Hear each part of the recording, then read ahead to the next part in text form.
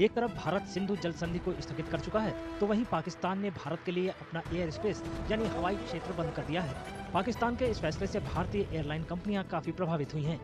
उत्तर भारत के शहरों से उत्तरी अमेरिका, ब्रिटेन, यूरोप और मध्य पूर्व के लिए जाने वाली उड़ानें अब अरब सागर के ऊपर से लंबे वैकल्पिक मार्गों का इस्तेमाल करेंगी। इस वजह से उड़ान की अवधि 2.5 घंटे तक बढ़ जाएगी। So it's a longer flight, and when the longer flight happens, the fuel is more consumed, and when the consumption of fuel happens, that the flight cost goes up, and it's actually given to the customer. So the customer starts getting affected with the travel. भारतीय विमानों के लिए पाकिस्तानी हवाई क्षेत्र बंद होने से ईंधन ज्यादा खर्च हो रहा है और चालक दल के काम के घंटे भी बढ़ गए हैं। विमानन विशेषज्ञों के मुताबिक इसका यात्रियों पर असर पड़ने की संभावना है, क्योंकि हवाई किराया 8 से 12% तक बढ़ सकता है। इसके अलावा पश्चिमी देशों की ओर जाने वाली उड़ानों को लंबे समय तक रुकना पड़ सकता है।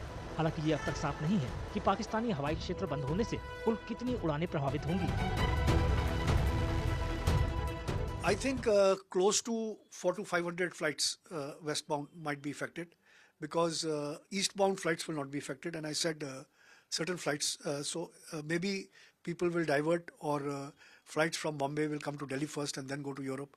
So I think it's too early to say how many exactly flights will be affected, but I'm sure some flights are definitely going to be affected.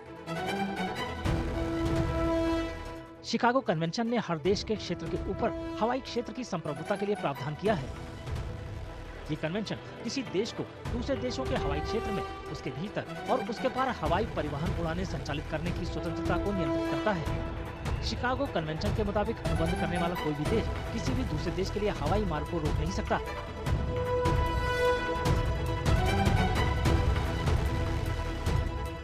It is a problem, but it has to be dealt with in a more innovative way, so that the other side also feels that whatever measures they have taken, which is against the conventions, the Chicago Convention, wherein it is very clearly written in the Article 9 that the airspace above a nation is their sovereign territory, but they cannot discriminate between the airlines. If they want to close an airspace, they can close an airspace because of emergency or any eventuality, but they cannot single out one particular registration or airlines or country.